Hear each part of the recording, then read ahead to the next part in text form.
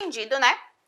Como fazer a excreção dos medicamentos, o que você tem que fazer para você tirar toda essa medicação do nosso corpo. E aí nós vamos lá falar do tópico 6, que fala de farmacologia geral, estudos em farmacodinâmica e farmacocinética. A farmacodinâmica estuda o mecanismo de ação do fármaco. Há dois tipos de ação de um medicamento. A ação local.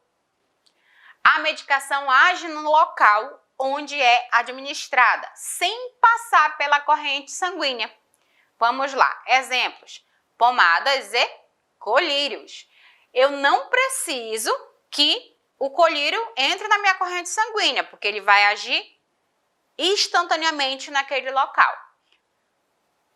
O colírio da mesma forma, a pomada da mesma forma, existem anestésicos também que são da mesma forma, que ele agem com um tempo, claro, de duração, só naquele espaçozinho ali que nós utilizamos para passar a medicação. Ações sistêmicas significa que a medicação é primeiramente absorvida. Depois, entra na corrente sanguínea para atuar no local de ação desejado. Então, a ação sistêmica, primeiro, vou voltar aqui, ó. Deixar bem claro isso para vocês. A ação sistêmica significa que a medicação é primeiramente absorvida. Então, primeiro nós vamos passar lá pelo mecanismo de primeira passagem, vai passar lá pelo nosso estômago, depois vai passar lá ser absorvido aonde tem o mecanismo de ação para poder tratar ou o pulmão, ou o coração, ou o sistema endócrino, tudo até chegar no local de absorção. E aí nós temos aqui, com exemplo, os antibióticos. Todos os antibióticos, eles passam por esse mecanismo. Segundo os estudos dos efeitos bioquímicos e fisiológicos, decorrente da interação fármaco-receptores e de seus modos de ação, os efeitos terapêuticos da maioria dos fármacos resultam de suas interações com alvos moleculares, ou seja, com receptores localizados nos órgãos ou tecido do paciente ou cliente, como quiser. Na farmacologia, receptor é definido como qualquer molécula biológica a qual o fármaco interage e produz uma resposta biológica. E aí eu vou voltar bem aqui para eu mostrar essa imagem aqui para vocês. Ó, tem a imagem aqui, tem um corpozinho aqui em cima, aí fala da farmacodinâmica, o local de ação e o mecanismo de efeito. Aqui nesse corpo nós podemos colocar a medicação aonde a gente quer que haja. Ele não vai passar ainda para a corrente sanguínea, certo? Estamos falando primeiro daqueles medicamentos que nós vamos ter ação local, ok? Aqui, ó. Quando já passa aqui, ó, o comprimido, que já fala da farmacocinética, nós temos a via de administração, a dissolução, a distribuição, a biotransformação, a excreção e a eliminação. Então, quando acontece todas essas passagens, então nós já sabemos que ele já está na corrente sanguínea. Então, já é outro mecanismo que é feito com o uso do fármaco. E aí vamos falar agora sobre as vias de administração dos fármacos e farmacocinética. Enquanto a farmacodinâmica estuda os efeitos do fármaco sobre o organismo, a farmacocinética avalia o que o organismo faz com o fármaco. Então, nós temos uma imagem aqui, ó, falando sobre a droga, a farmacocinética, a droga, o movimento, a entrada, fala aqui sobre a entrada da medicação, que pode ser intramuscular, pode ser intradérmica, pode ser tópica, mas o que entende a farmacocinética, ela quer saber o que o nosso organismo faz com essa medicação. Como é que ele vai absorver? A forma que ele recebe essa medicação no corpo. A farmacocinética descreve os processos de administração, absorção, biotransformação e de eliminação das substâncias pelo organismo. O conhecimento e a aplicação destes conceitos possibilitam a escolha da dose, da posologia e da via de administração a ser utilizado para determinado fármaco, proporcionando o seu uso seguro e racional. Então, se eu entendo sobre a medicação e eu sei que determinado medicamento ele tem as apresentações: comprimido, tem cápsula, tem solução, tem líquido, tem injetável. Eu vou analisar o quadro clínico do meu paciente, eu vou identificar qual dessas apresentações eu vou ter que utilizar para que eu tenha uma boa resposta com o meu paciente, mas de forma segura e racional.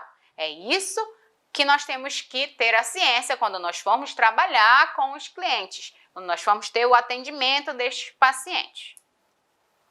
E as vias de administração? O que é via de administração? A via de administração compreende a maneira pela qual o fármaco entra em contato com o organismo humano. E como é que vai ser isso? Nós temos essas vias de administrações. As principais vias de administração são quais? As orais, que são a absorção intestinal, e nós temos a absorção sublingual. E aí, nessa via de absorção oral, entra o quê? Líquido, comprimido, cápsulas, partilhas, solução. Deixa eu ver o que mais. E comprimidos aqueles sublinguais, por conta da vascularização que nós temos aqui embaixo da nossa língua, aqui ó, embaixo, vocês podem olhar no espelho depois e ver como é vascularizado aqui. Então, quando uma pessoa está com uma crise hipertensiva, vai se usar a melhor via de administração para que eu possa estabilizar essa PA. Geralmente, usa-se captopril sublingual, para que eu consiga estabilizar essa PA, para que o meu paciente não corra risco de ter um AVE, de ter uma parada cardíaca, uma parada cardiorrespiratória. Então, isso tudo é para que eu estabilize o meu paciente. E para que aconteça isso, eu tenho que saber quais as vias de administração que eu posso utilizar determinado medicamento, certo? Vamos lá. E aí nós temos também a via parenteral. Como assim, professora, via parenteral? As vias parenterais, elas são divididas em via intradérmica, via subcutânea, via intramuscular e via endovenosa. Aí, quando nós falamos dessas vias, são as vias de mecanismo de ação rápida. Todas essas vias, elas vão ter absorção rápida. Quando você quer sanar uma dor de um paciente rapidamente, você vai, primeiro, ou usar a via intramuscular ou endovenosa. A endovenosa ainda é mais rápido, que vai direto para a corrente sanguínea. A intramuscular ainda vai passar a ser absorvida, certo? Na musculatura. E é um pouco menos rápido, mas também tem um efeito bem rápido e eficaz, tá? Mas o que nós temos que entender é que nós temos que saber que nem todo medicamento que é intramuscular pode ser endovenoso e nem todo medicamento que é endovenoso pode ser intramuscular. É nessa hora que acontecem os erros, porque o nosso músculo ele suporta uma X quantidade, X ml. Acho que eu vou trazer para vocês a quantidade que a musculatura suporta, ok? Para vocês saberem direitinho. Se a professora não está aqui esquecendo, acho que até 4 ml. Mas eu vou ter a certeza e vou trazer direitinho para vocês. Então, existem medicamentos que, em hipótese alguma, podem ser aplicados intravenoso. Só que, muitas das vezes, por falta de informação, aplica-se uma medicação que é intravenosa numa veia endovenosa. E aí acontece muito problema. Às vezes a pessoa pode até vir a óbito por falta de informação.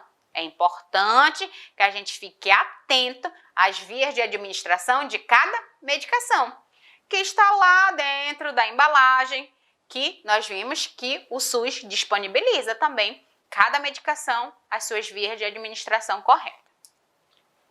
E aí nós temos as vias inalatórias, que são aerosol, geralmente são as pessoas que têm problemas respiratórios, né? Geralmente é o salbutamol, que tem aerosol, utilizado para fazer vasodilatação, para que o pulmão consiga respirar, os vasos se dilatem, abram bem, para que o paciente consiga voltar a respirar normalmente. Então, é a via inalatória, para que faça uma vasodilatação bem mais rápida e que o paciente tenha uma boa respiração e fique mais tranquilo.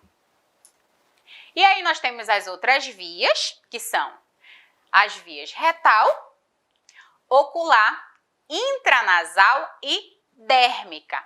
A retal são supositórios, né, que hoje os que mais se utilizam são os de glicerina, para quem tem problema de constipação, e tem outros medicamentos também, mas os mais comuns e mais utilizados são aqueles de glicerina, para quem tem problema de constipação. Os ocular, que são os colírios, que são utilizados para fazer os tratamentos de oftalmo, o intradérmica, que são os medicamentos da derme, e os dérmicos, né, que são aqueles produtos que são utilizados mais na pele e com muitos desses medicamentos até são mais para os cuidados essenciais mesmo da beleza, né, que falam. Então, gente, olha só, essa foi a nossa aula. Eu espero que vocês tenham gostado, eu espero que vocês tenham absorvido o conteúdo e na próxima aula nós vamos falar ainda mais sobre farmacologia, que é uma disciplina muito gostosa de se trabalhar. Eu espero que vocês tenham entendido e compreendido e a gente se vê na nossa próxima aula. Fiquem com Deus. Beijo, tchau!